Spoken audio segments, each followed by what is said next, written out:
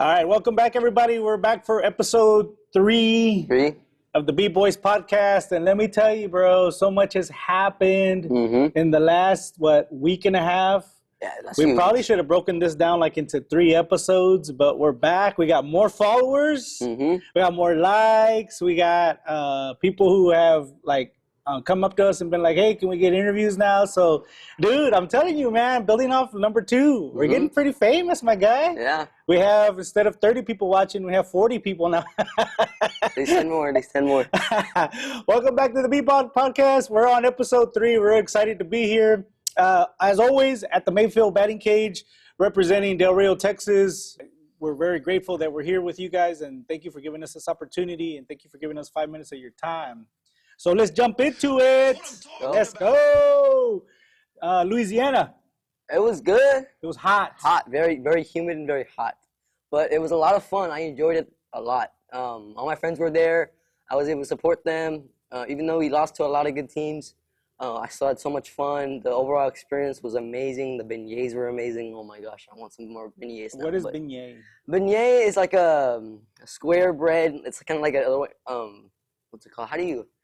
Your mom and you guys kept buying them at literally every town we went to on the way over there. They were so good. We cannot get like enough. powdered sugar on them. Yeah, they're like a sweet bread that's like fried with powdered sugar on it. Yeah. And then sometimes a certain restaurant that we went to was like Maryland Place, I think it was called that.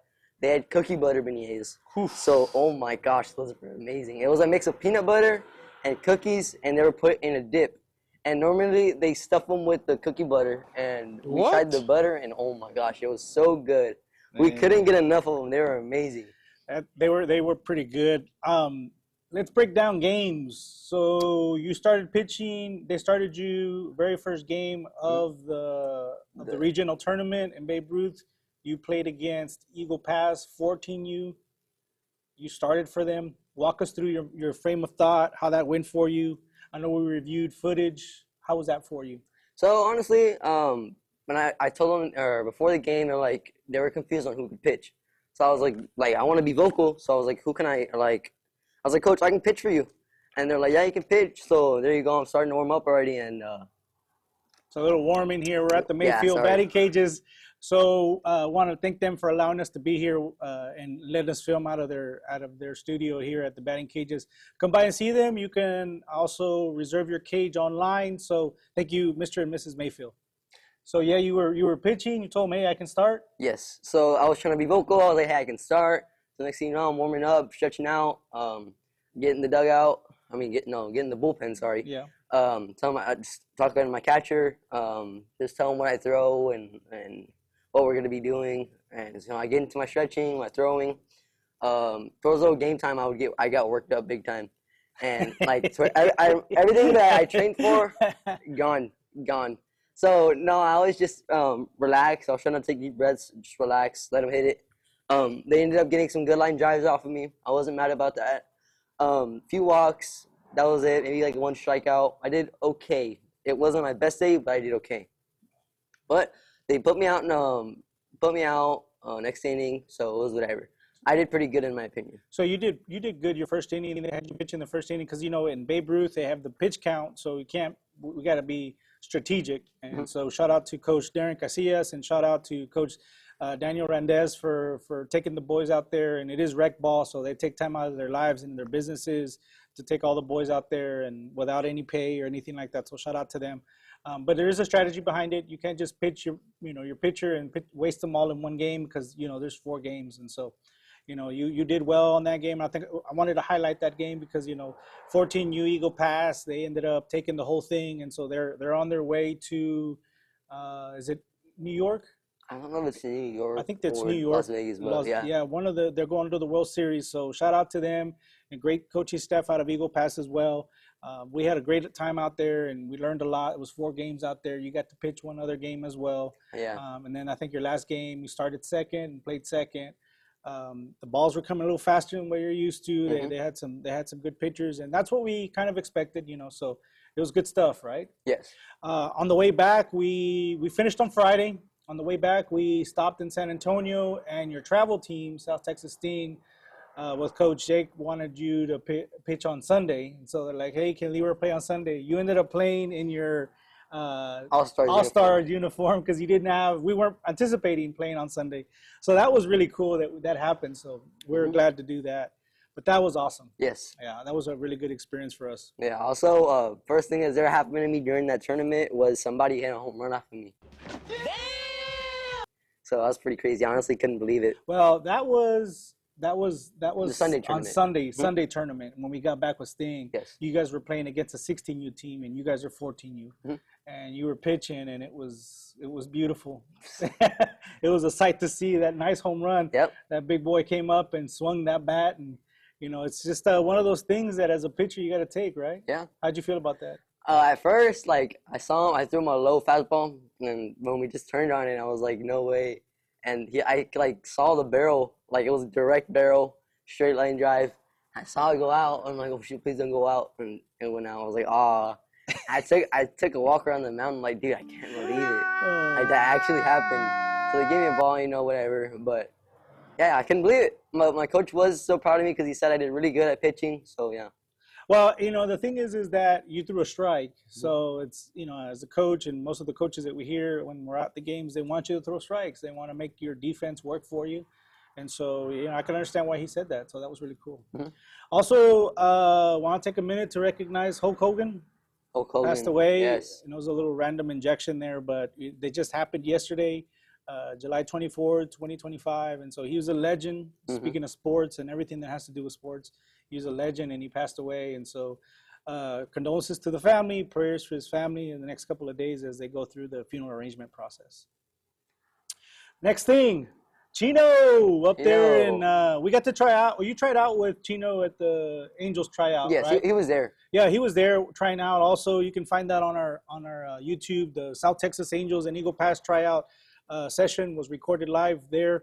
But you got to try out with him. He's a good kid. His family's really cool. We haven't met him personally, so no. I haven't at least. So we hear a lot of stuff from social media about him. But he's out in Taiwan, and we were talking about it in the interview right now. He just hit a home run, brought in 3 runs.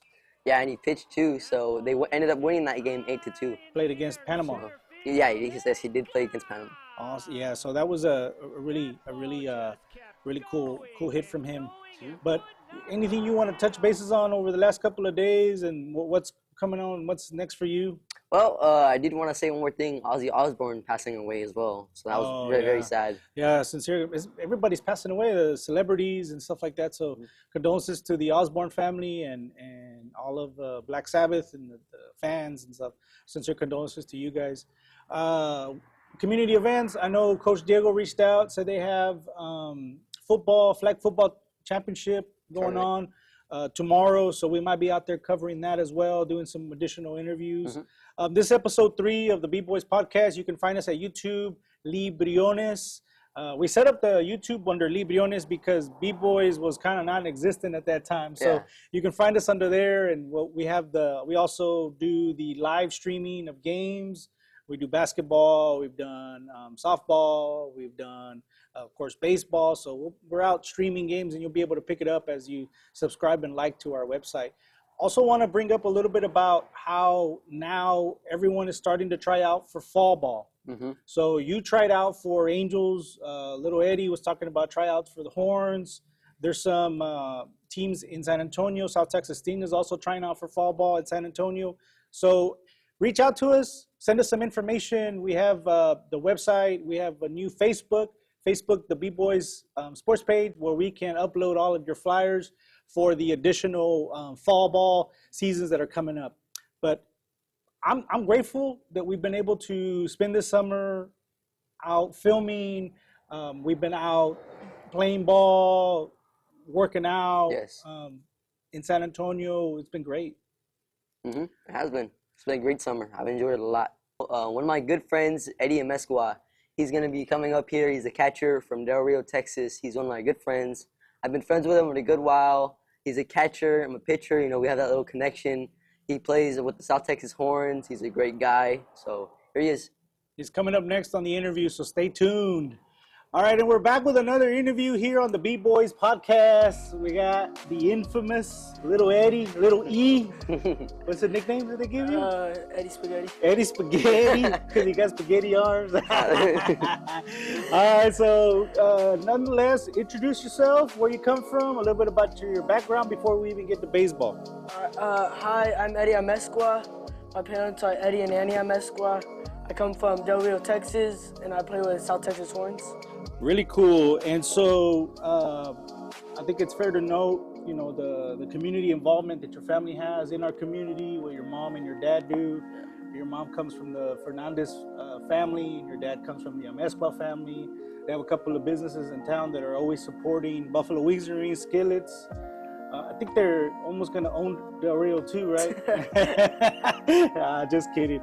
But we want to recognize them because they're always helping the community. I know for the All-Stars, we did our uniform presentation there. And so it's fair to note that you'll be able to see their stuff on the screen right now. All of the stuff that they do for our community. But it's not only baseball, it's always basketball, soccer. They did the first tournament this year trying to bring back the Big Mac Classic, and that's probably stuff y'all don't remember, but when I was a kid, that stuff was big. And so I know that Mr. Amezcua was trying to bring that back this year with Buffalo Wings Rings, so we applaud him.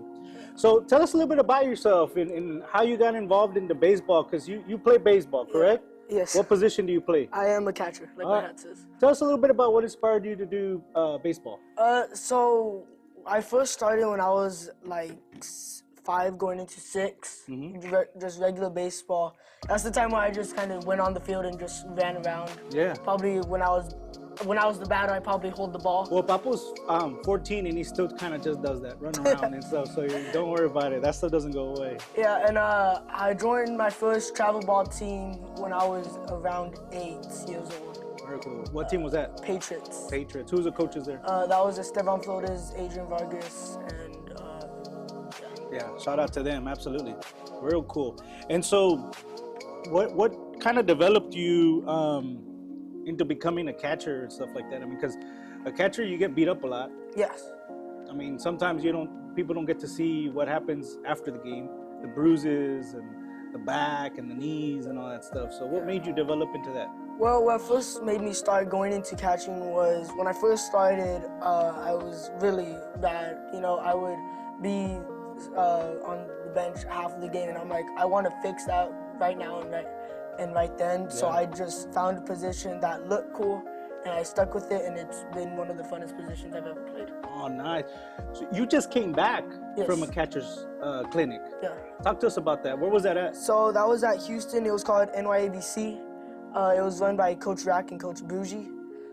Coach Bougie actually signed this hat.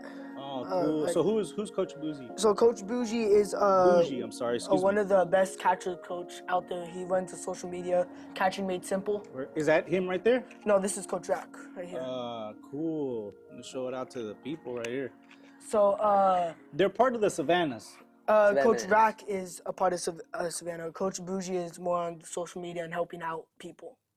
Wow, really cool. So I got to meet all of them and also a bunch of banana players with that and famous content creators, and it was super fun. From the moment I got there, I started having fun with everybody, but it really makes you learn a lot.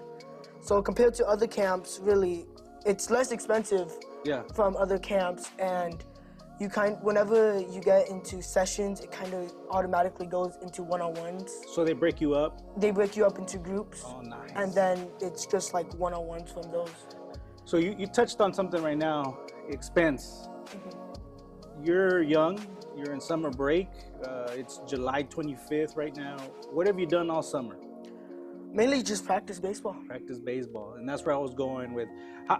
What effect does that have with you and your family? Because you guys travel every weekend. Yeah. What effect does that have on you? Do you ever think, man, I should just, I'm a kid, I should be swimming and enjoying? Well, sometimes I do think that, but altogether, I gotta put my effort into. If I want to excel, my goal right now is to be a varsity catcher. Let's go. So I want to excel in that. So I've been waking up around 6, just so I could do baseball. So 6 in the afternoon. That's in the morning. Oh, okay. So man, what time are you going to bed at? Around 9. Oh man, that's awesome. So I was doing that so I could excel in baseball and still have my kid life. Yeah. So I would wake up, I would do at least an hour of baseball, then I would do an hour of like schoolwork, so I would still read and all of that. Very cool. And then I could just have fun with my friends for the rest of the day. Yeah, absolutely, absolutely. I know Papo's got some questions for you. What are you thinking, Papo? What did they train you in NYABC?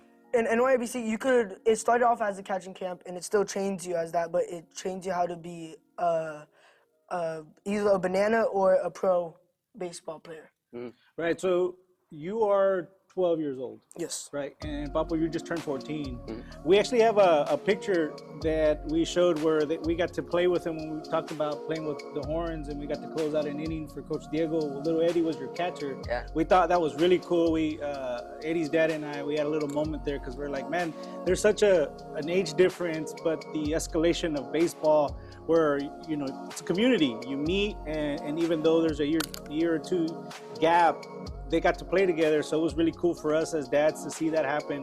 Of course, Papo's a pitcher and little Eddie's a catcher, so that was a moment for us. And then they closed out the inning together, so that was pretty cool. Talk to us a little bit about what this coming year means for you. Is there another team you're trying out for, or who you're playing for this coming fall? Not really. This coming year, I love playing with the Horns. They really treat me as he really treats me as his son. Coach, shout out to Coach Diego, absolutely. I remember right now from the World Series, 5 kids got hungry, and there was a restaurant right next to him. He said, "Just go to the restaurant, and I'll pay for all of you." Yeah, definitely. Yeah, absolutely. That's really cool. So he really treats us really good, and You seem to be really happy there. yeah, That's awesome. It's amazing. with the So Horns. I'm glad that you brought that up, and we're talking about this. We were going to bring up earlier today. We were going to bring up talking about Chino. Chino's playing, representing the U.S. USA. travel team. Yep. and they're playing in the 12U team, right? Yes. And you got to play with him. I got to play with Chino one time. Yeah. He is a great player, pitcher. One time I played with him.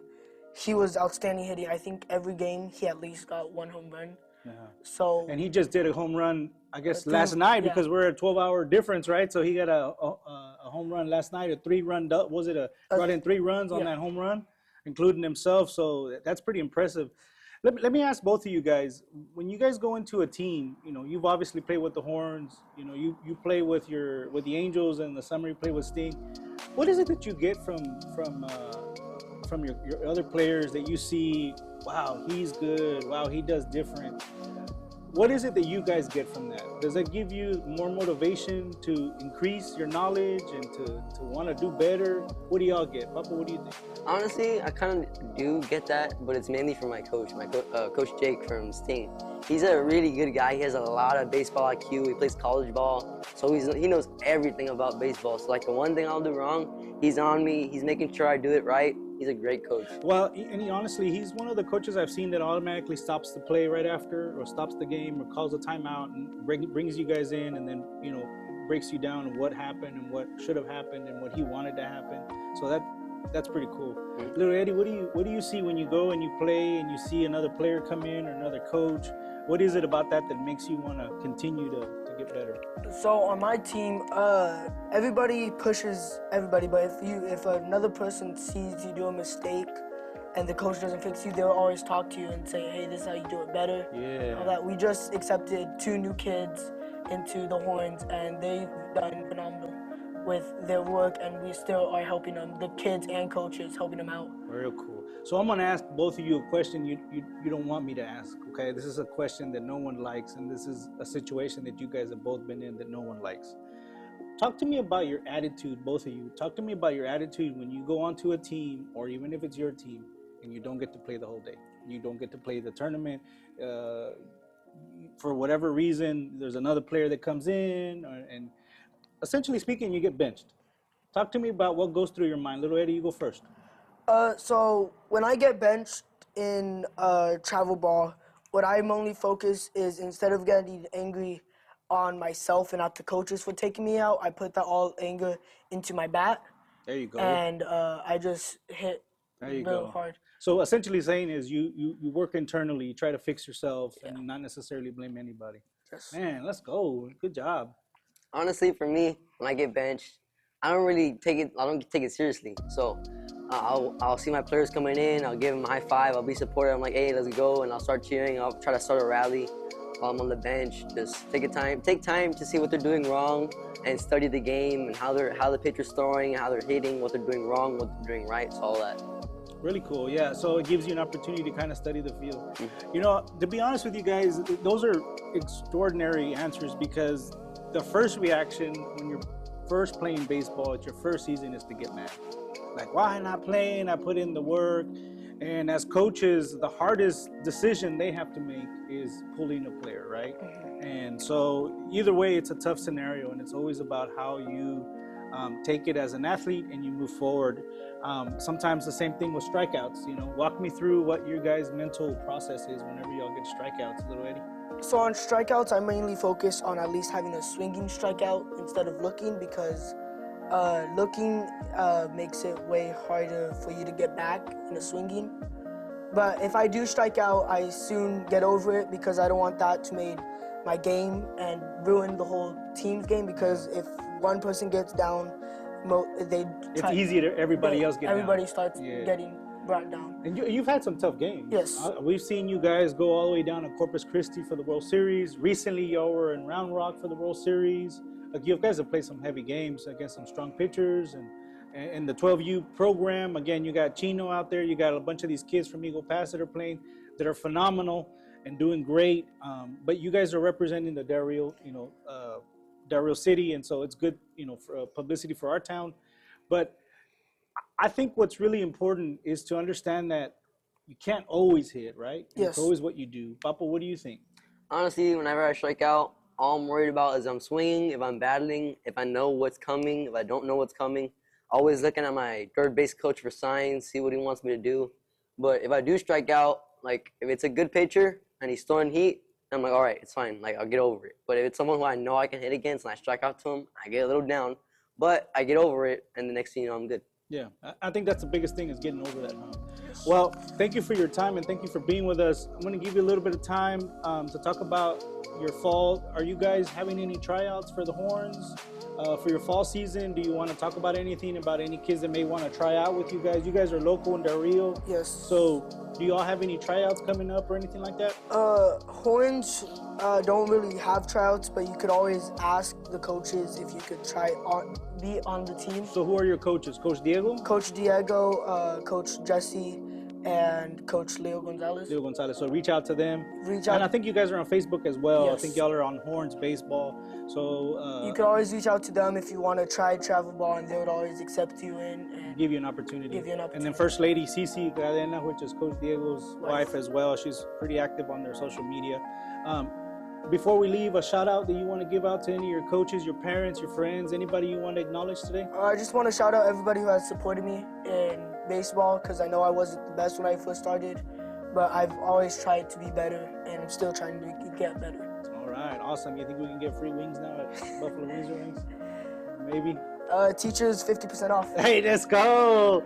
All right, you guys, tune in. We have some more interviews coming up later in future episodes, and we want to thank Little Eddie for being here and Big Eddie for bringing them here down to the Mayfield cages so that we can interview them. See you guys later.